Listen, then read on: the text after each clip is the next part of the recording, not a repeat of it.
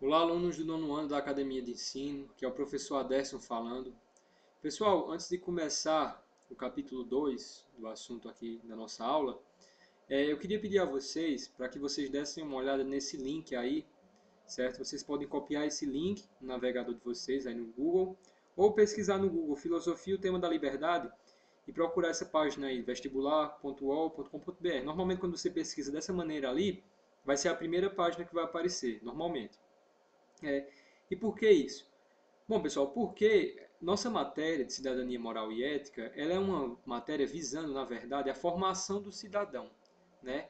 É discutir com vocês toda essa questão da educação e tudo que engloba isso, mas de uma maneira não só de trazer matéria, mas e sim de botar você para pensar, você enquanto cidadão do mundo, né? Tanto que desde o sexto ano a gente começa a estudar a questão da ética, né? E aí vai chegando em bullying, e aí toda essa questão da formação sua, porque assim, o compromisso da escola e do educador, do professor, além de passar um conhecimento para você, uma matéria, é também de lhe dar algum conhecimento nesse sentido do respeito, né? De ensinar a você essas questões também fundamentais da educação, que não é só a educação básica de conteúdo, né? Essa educação realmente de como se comportar, essa educação de como ser uma pessoa preparada em todos os sentidos da sua vida, né? Então nossa matéria ela visa muito mais a formação do cidadão do que propriamente a questão da filosofia e da sociologia. Porém, nossa matéria ela bebe, ela é como se fosse uma filha da filosofia e da sociologia, porque ela bebe muito dessa fonte, né? Tudo que a gente discute aqui são discussões que já vêm da filosofia e da sociologia. Mas como a nossa matéria é voltada mais para a sua interpretação, para a busca do seu conhecimento individual, do seu pensamento crítico, da sua formação, né, da sua opinião, do seu caráter, então a gente acaba não focando muito nessa parte da filosofia em si e focando mais na discussão geral, né, em promover realmente esse pensamento em você e a troca de conhecimentos. Né? Na prática seria isso, né, principalmente quando a gente está em sala de aula, né, que ali é um momento da gente trocar experiências e conhecimentos e pensamentos sobre sobre vários temas que a gente fala. Mas o que acontece, pessoal, é que é importante para vocês também vocês buscarem esse conhecimento da filosofia. Porque como aqui é um primeiro degrauzinho para vocês entrarem nessa questão da filosofia, ainda mais vocês que estão agora no nono ano, já passando para o ensino médio, né? Então é importante que vocês já comecem a ter uma certa base da filosofia que vocês vão ver no ensino médio. Então, é por isso que eu deixei esse tema aqui, né, esse link aqui para vocês pesquisarem, porque ele complementa muito o que foi dado no capítulo passado, certo? Mas claro, mais voltado realmente para o pensamento filosófico, certo? Para o que era que determinados filósofos em sua época pensavam sobre o que era a liberdade, tá bom? Então assim, como eu já expliquei para vocês até anteriormente em outras aulas, a gente vai citar, a gente vai falar sobre filosofia, sobre filósofos, mas o grande foco realmente da nossa matéria é a formação do cidadão. Né? É seu pensamento sobre esse filósofo. Não é você. É muito diferente o nosso livro de um livro de filosofia. O livro de filosofia ele vai começar lá dos primeiros filósofos até os filósofos contemporâneos e vai mostrar toda essa etapa da humanidade, né, e seus filósofos de cada época, certo? E o pensamento filosófico, quais eram as escolas filosóficas, certo? E já o nosso livro não, o nosso livro é voltado para o adolescente, né, para a criança que está no processo de formação, tá bom? Para desenvolver realmente esse cidadão, um cidadão completo, não só um cidadão que tem um conteúdo intelectual, né, que aprende as matérias da escola, mas que também é um cidadão que pensa sobre sua vida de uma forma ética, né, de uma forma que desenvolve uma moral própria. Então, assim, esse link aqui é apenas para complementar esse tema que a gente já debateu no capítulo passado, tá bom? Então dê uma pesquisada que vale a pena aí para você já ter ali uma base para quando você for para o ensino médio estudar filosofia, tá bom? Bom, e atenção, né, vocês estão vendo aí no livro de vocês que os temas que a gente vai falar ainda esse ano são temas que eu não diria que eles são polêmicos em si, mas as pessoas deixam eles polêmicos, tornam eles polêmicos, né? Porque a gente sabe que existem pessoas que pensam de diferentes formas. Então, algumas pessoas, quando veem uma pessoa pensando de uma forma diferente da dela, acabam entrando em choque. Né? E o que acontece é que, como são temas que mexem realmente com estruturas familiares, com estruturas religiosas, Todas essas questões acabam influenciando, acabam batendo nesses temas aí, nessas estruturas. Então, são temas delicados, pessoal. Então, por isso que, primeiramente, a gente tem que ter respeito pela liberdade de pensamento e expressão, né, para estudar esses temas. Por isso, o capítulo 2 vai falar de filosofia da existência, né? A existência, ela precede o pensamento, né? Porque para uma coisa pensar, ela precisa primeiro existir, né? Penso, logo existo. Mas por que é que a gente falou primeiro da liberdade de pensamento, da liberdade de expressão, para poder chegar na existência? Né? Porque seria o certo seria começar da existência para depois chegar no pensamento. A gente falou disso primeiro, pessoal, exatamente porque você tem que ter essa noção, né? Você tem um ponto de vista sobre a existência, né, sobre a vida, sobre a morte, e seu colega tem um ponto diferente do seu. Então a gente precisa entender isso para poder ter um debate realmente saudável, que produza algum conhecimento a respeito desse tema, tá bom? Então a gente precisa ter o respeito pela liberdade de pensamento e expressão do outro, para poder entender melhor esses temas. Outra coisa é maturidade para pensar sobre esses temas com responsabilidade. Como são temas sérios, né, são temas que realmente, principalmente esse aqui da existência, que está muito atual, né, a gente vai já falar um pouco mais sobre isso, são temas muito sérios, então a gente tem que ter maturidade e responsabilidade para realmente debater sobre esse tema, para conversar sobre esse tema, mas numa visão mais madura, numa visão mais equilibrada, mais controlada, né, numa maturidade que se espera de alguém que está aí chegando, né, no ensino médio, né, uma pessoa que está saindo de uma, vocês estão quase terminando essa fase da adolescência para chegar numa maioridade total, né? Então, assim, os que já estão aí, né, que passam só esses mais 3 anos aí, já fazem 18, por exemplo, quando saem da escola. Então, pessoal, é uma maturidade que já se espera de você, né? Então, vamos ter maturidade e para ter responsabilidade sobre esses temas, tá bom? Então, como eu já falei anteriormente, o capítulo 2 ele fala da filosofia da existência, né?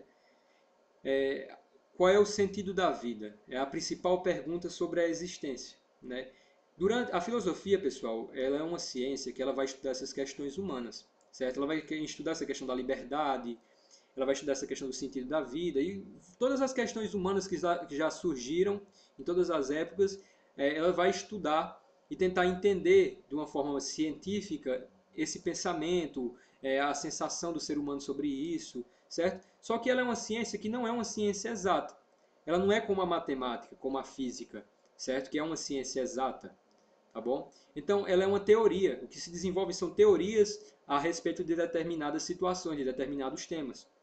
E a filosofia, né, desde que o ser humano surgiu na Terra e que ele começou realmente a se desenvolver intelectualmente, que a filosofia, não só a filosofia, mas também as religiões, a gente vai falar um pouco mais disso na frente, elas começaram a se perguntar essas questões fundamentais do homem, né? De onde eu vim? Para onde eu vou? Por que eu existo? Né? Então, desde que surgiram as primeiras civilizações, que a gente vai ter essas perguntas, muitas vezes respondidas por filósofos, né, nas suas teorias, ou pelas religiões, entendeu? E sempre vai ser uma das principais questões fundamentais da existência, vai ser qual o sentido da vida, né? A gente nasce nesse planeta, né, cresce e aí morre, e aí então o quê? Qual o sentido da vida? Então essa vai ser uma pergunta que sempre vai permear a história da humanidade, né? E que já teve vários filósofos e religiões que tentaram responder essa pergunta, né? E cada um dentro da sua crença e dentro do seu pensamento, né, desenvolveu ali uma ideia de qual é o sentido da vida, como se deu a vida, tá bom? Então, assim, essa pergunta ela revela algo importante sobre nós seres humanos. Primeiro, que temos consciência de estar vivos, de que vamos morrer algum dia, né? Qual o sentido da vida? Então é porque logo, se eu estou pensando qual é o sentido da vida, é porque eu tenho consciência de que eu estou vivo. E se eu tenho consciência de que eu estou vivo, eu tenho automaticamente consciência também da morte, não é verdade? E o segundo ponto que essa pergunta revela é que isso deve ter algum sentido, ou seja, um sentido propriamente humano. Então a gente tenta identificar, né, dentro dessa pergunta aí a gente consegue identificar essa necessidade humana de significar a vida, de dar um sentido à vida, de não apenas existir, né, mas de ter um significado para aquela sua vida, para o motivo de você estar vivo, não é verdade? E aí, como eu falei anteriormente para vocês, a filosofia e as religiões elas vão se ocupar bastante, né, em responder qual é o sentido da vida, né? Você vai ver, se você se aprofundar mais na questão filosófica, do pensamento filosófico sobre a existência, você vai ver que houveram vários pensadores e cada um com uma linha de pensamento, né, de explicar qual era o sentido da vida, qual era a busca do ser humano para sentir essa vida, para dar um sentido a essa vida. E assim como as religiões também, né? A gente vai ver que, por exemplo, a visão católica cristã vai ser uma, né? A visão budista pode ser parecida em algumas coisas e tal das outras religiões, mas vai ser outra, na verdade. A visão dos hindus vai ser outra. Então, esse sentido da vida e como se dá essa vida, a filosofia e as religiões vão tentar responder isso, tá bom? Vai ser uma das questões que elas vão tentar responder. E aí, o principal motivador desse questionamento, de qual é o sentido da vida, o que faz as pessoas se perguntarem qual é o sentido da vida, é a morte. Né? Mais especificamente, o medo de morrer. É por pensar, é por saber que você vai morrer, por saber que vamos morrer, que nós nos perguntamos qual é o sentido da vida. Né? Afinal, se a vida fosse eterna, para que se preocupar com o sentido? Né? Se daria para fazer tudo aí para sempre. Então, a grande ideia, a grande motivador do ser humano a entender um sentido maior da vida, claro que tem outras coisas também, mas o principal motivador foi a morte, ou mais especificamente o medo de morrer. Saber que se vai morrer é o que desperta a questão do sentido. Pois se vamos morrer, que sentido tem estar vivo? A morte pode despertar em nós dois sentimentos distintos, o medo e a angústia. O medo nos faz não pensar na morte, não nos enfrentarmos com um problema, adiá-lo ou esquecê-lo. Mergulhamos em ocupações, em falações, até conversarmos sobre a morte de outros, mas não da nossa. Isso aqui realmente é um fato. A maioria das pessoas, realmente a humanidade em sua grande maioria, não pensa sobre a morte. Né? E principalmente devido a essas ocupações do dia a dia. A pessoa acaba se ocupando com trabalho, com família, com os afazeres, né? Então a pessoa acaba não pensando sobre a morte. Tanto é que a gente só para realmente pensar sobre a morte, ou quando alguém próximo a gente falece, ou numa situação, por exemplo, desse caso agora do coronavírus, né? Que todo dia a gente vê notícia de morte, né? Todo dia a gente vê a importância realmente de se cuidar, porque senão é uma doença que pode ser fatal, né? Então, assim, cada vez mais, né, a gente está pensando sobre a morte bem mais do que antes, quando a gente estava ocupado com outras coisas, não é verdade? Então, assim, mas ainda assim desperta muito medo e angústia nas pessoas, né? Porque, por mais que a pessoa tenha uma filosofia de vida e de morte, né? Porque normalmente quando a pessoa tem uma filosofia de vida, ela também tem uma filosofia de morte, do que é que acontece pós-morte ou durante a morte, né? Para quem acredita em pós-morte. Então, assim, as pessoas que vão ter uma filosofia sobre aquilo, elas vão ter uma crença estabelecida sobre essa situação da morte e do sentido da vida. Agora a questão é essa. Você tem você tem algum sentido para você a vida? Tem algum sentido para você a morte? Né? E aí, algumas pessoas vão se apoiar nisso através da religião, né? O sentido da vida para ela vai ser dado através de um conhecimento religioso, do que a religião dela acredita, assim como também essa questão da relação dela com a morte. Já outras pessoas vão seguir essa linha filosófica, né? Vão seguir essa linha da ciência, por assim dizer, e tentar entender o sentido da vida através de uma visão filosófica, muitas vezes. Por exemplo, cresceu muito ultimamente uma visão sobre a vida, né? Sobre o sentido da vida, que na verdade ela é o contrário do sentido, que é a visão nihilista, né? Que é a visão de Nietzsche, que pregava que nada por si só tem sentido. Então, os sentidos das coisas são as pessoas que atribuem. Então, isso é uma visão filosófica sobre a vida, mas que é uma visão sobre a vida também. Né? E que tem pessoas que são adeptas dessa visão e que acabam acreditando nisso. Né? E seguem esse preceito de que nada tem sentido, porque tudo é dado, o sentido das coisas é dado pelas pessoas. Então, nada em essência teria sentido. E já tem pessoas que não, que, por exemplo, vão ter um livro sagrado, vão ter determinados lugares sagrados, entendeu? Então vai ter significado para a pessoa aquelas coisas e aquela ali vai ser a relação dela com o sentido da vida e também com o sentido da morte, tá bom? E aí, pessoal, a gente chega nessa última parte do nosso vídeo, que aí eu vou fazer na parte 2 aqui, vou falar com vocês.